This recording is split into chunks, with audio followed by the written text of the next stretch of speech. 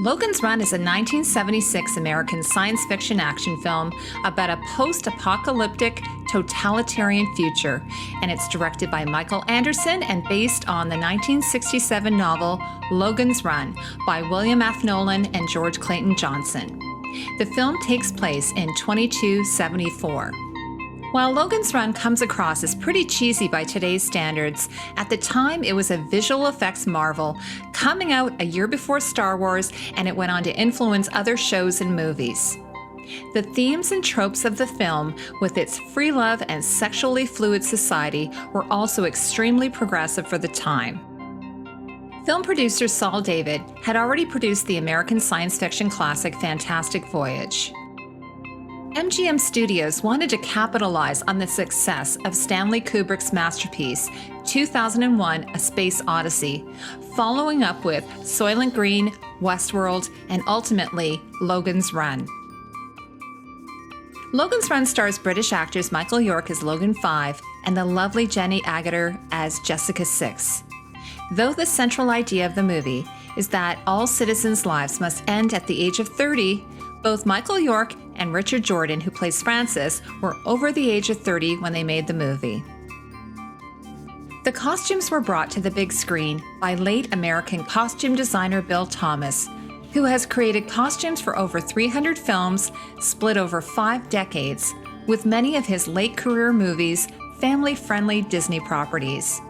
He has earned multiple Academy Award nominations and was posthumously inducted into the Costume Design Guild Hall of Fame back in 2006. Thomas, though, is likely best known for 1960s Spartacus, directed by Stanley Kubrick. Thomas won an Academy Award for Best Costume Design Color that he shared with Arlington Vales. For his work on Logan's Run, Thomas won a Saturn Award in 1977 for Best Costumes. And by coincidence, the late Sir Peter Ustinov, who plays the old man in Logan's Run, also starred in Spartacus. Bill Thomas also did the costumes for the short-lived Logan's Run TV series in 1977 and 78. Thomas created his design based upon the script, saying, "I figured the 23rd century in a city like we were going to be in, and a city of free love, free everything, that the costume should be easy to get in and out of, be sensual, and so I went from there, and on the costume, since it was just a piece of material draped, we didn't use any undergarments on any of the girls." And since the movie was shot in the 70s, it makes sense that there would be some influence of the time, such as the outfits worn to discos and famous nightclubs such as Studio 54.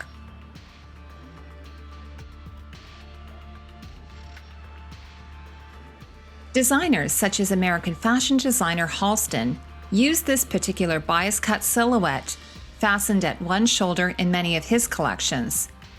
Halston liked to use soft, luxurious fabric like silk and chiffon.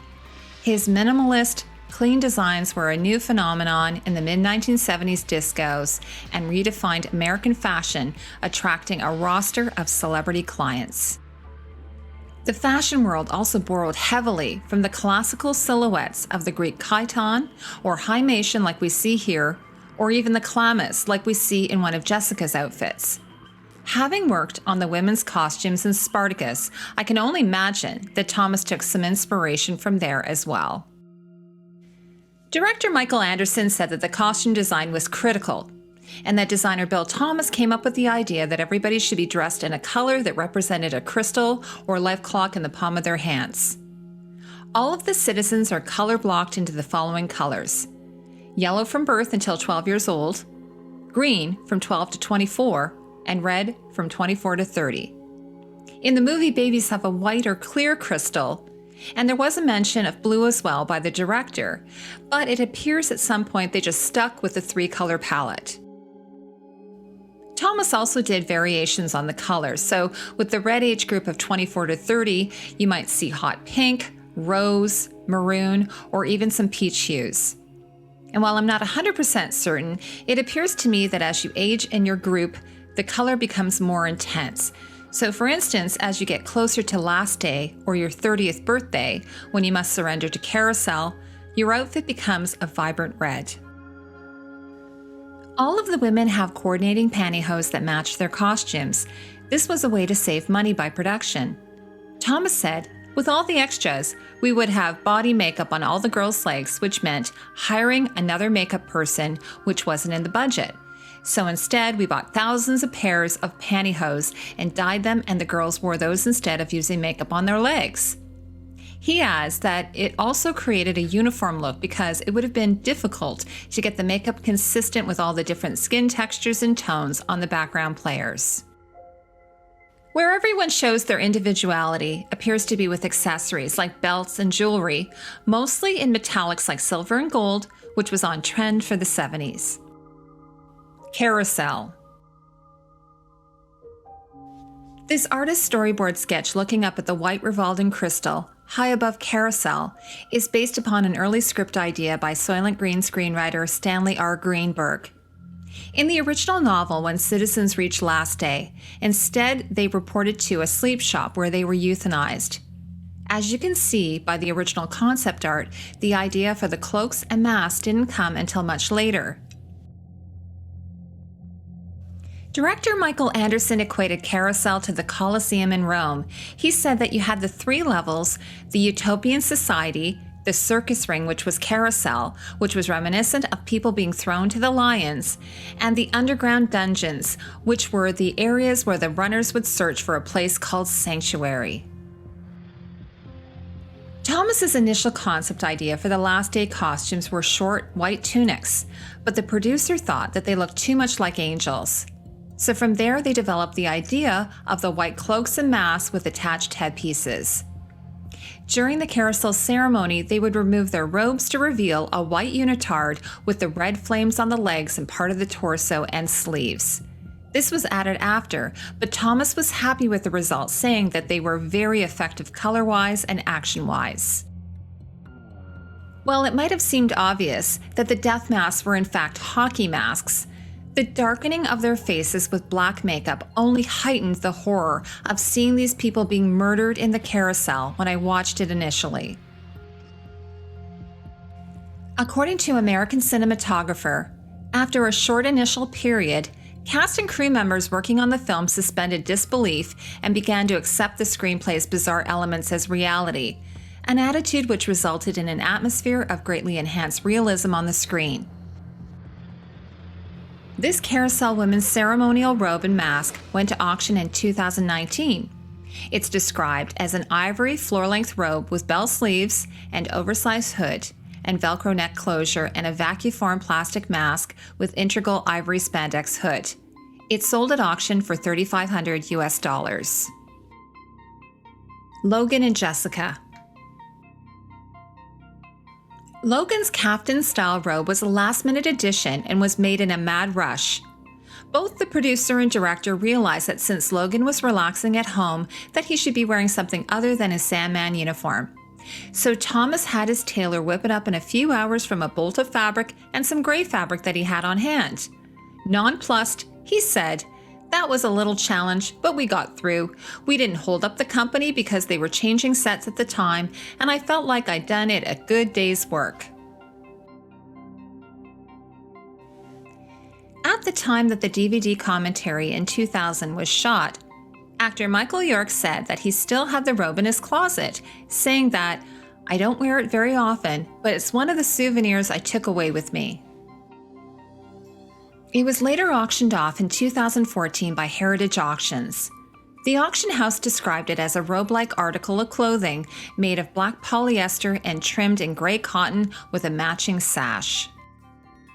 Jessica's shimmery green outfit in the scene when she first meets Logan was one of Thomas's favorites in the film, and he wanted that look for all of the women in the cast, but it was just not practical, he said, with that much nudity and the logistics of 500 to 600 extras. He thought actor Jenny Agutter showed it off to great advantage.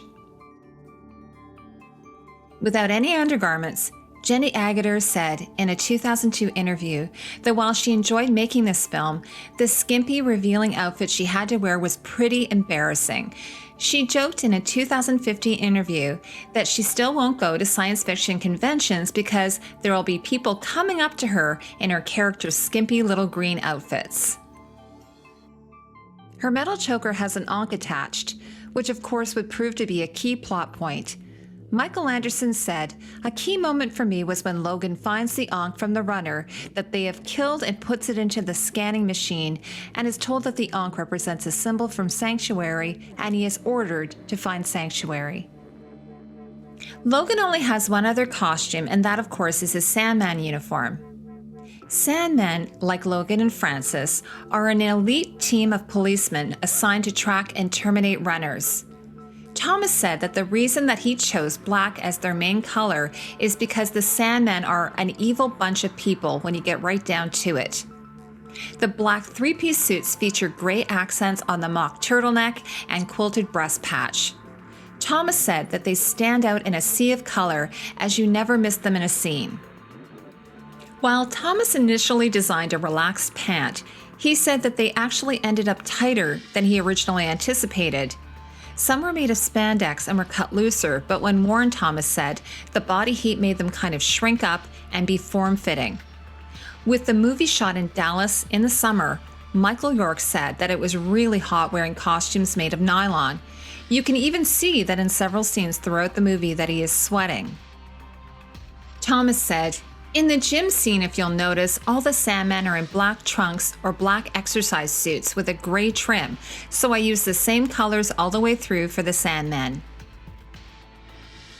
According to this eBay auction description, the tunic and shirt worn by an unknown Sandman in the movie was made from polyester and cotton and tailored for the film by Western Costume Company of Hollywood.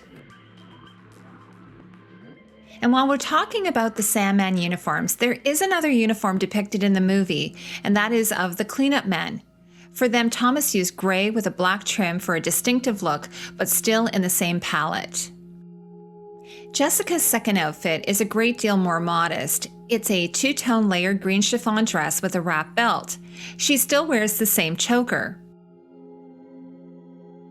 It's accessorized with a silver cup and matching ring. She later gives the ring to the old man. And Jessica's third and final costume is this mint or putty green tunic dress, depending on the light, with a matching wrap belt and a totally awesome buckle feature. You can see that she's wearing dyed pantyhose in this scene. It's similar to the style of these extras costumes. What I like about seeing this auction is the inclusion of the slippers, which appear to be dyed to match the costumes. And this lot of costumes sold at auction in 2014 for $687.50. Despite the snow and ice featured in the set, Michael York said that the shots in the ice cave were done in midsummer in the sweltering heat. Bill Thomas said that the furs that Jenny finds lying on the floor during the scene, he purchased at a taxidermy shop, saying, "I found the biggest ones I could, enough to cover both Michael and Jenny." And according to IMDb, there's a continuity error during that scene. When Jessica takes off her green tunic to put on the fur, she has very low-cut dark green underwear. But later when she slips on the ice running from box, she is wearing lighter colored underwear.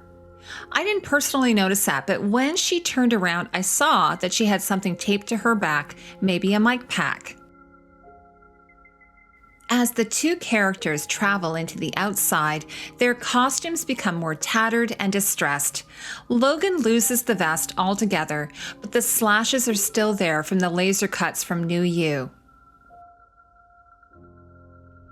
The one thing that never changes, however, is Jessica's makeup, which is always flawless. Doc and Holly.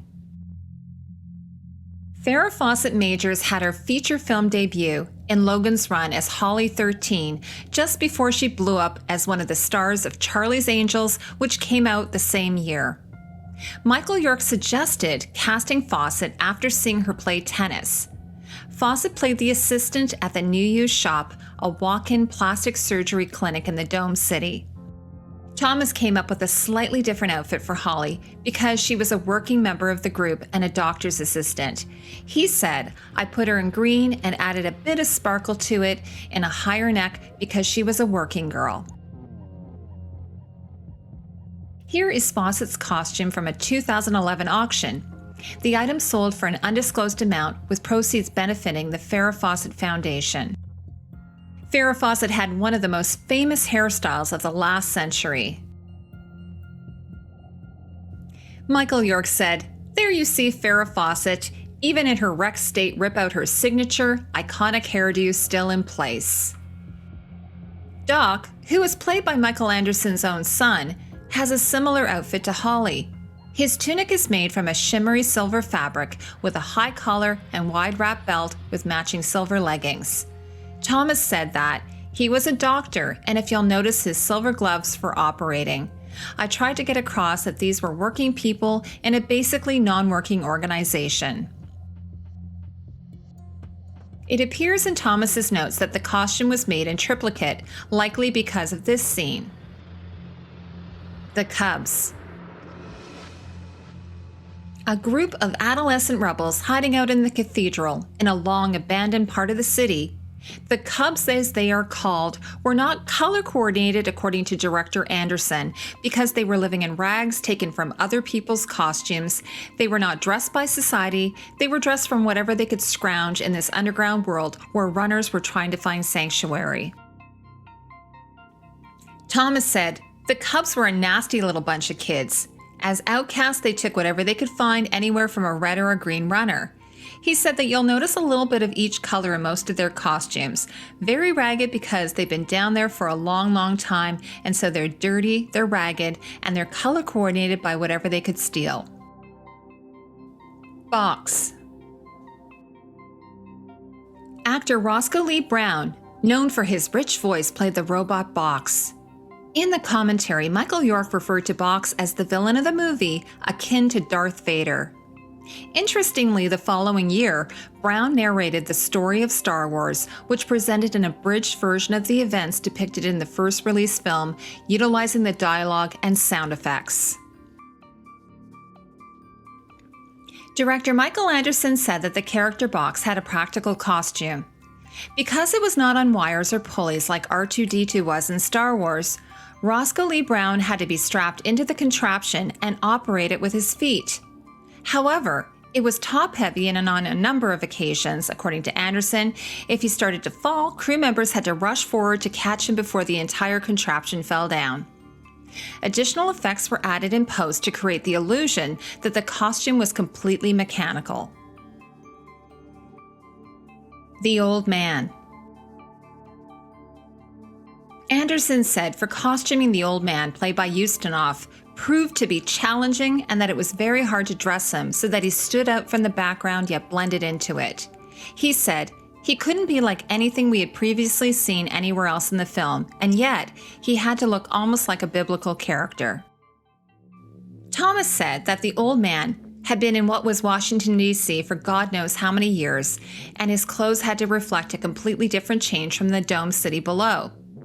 Thomas said, so if you'll notice, he's wearing sandals, which he's made himself, bits and pieces of shirts that he's somehow gotten together, and the buttons are United States pennies because he didn't have any buttons and he could find money somewhere in Washington, D.C. Thomas said that he was always sorry that detail didn't show on screen because he thought it was a good idea. My only quibble is regarding Ustinov's makeup, which looks heavy-handed, sort of looks like grease paint. Even at standard def, it was really visible and a bit distracting.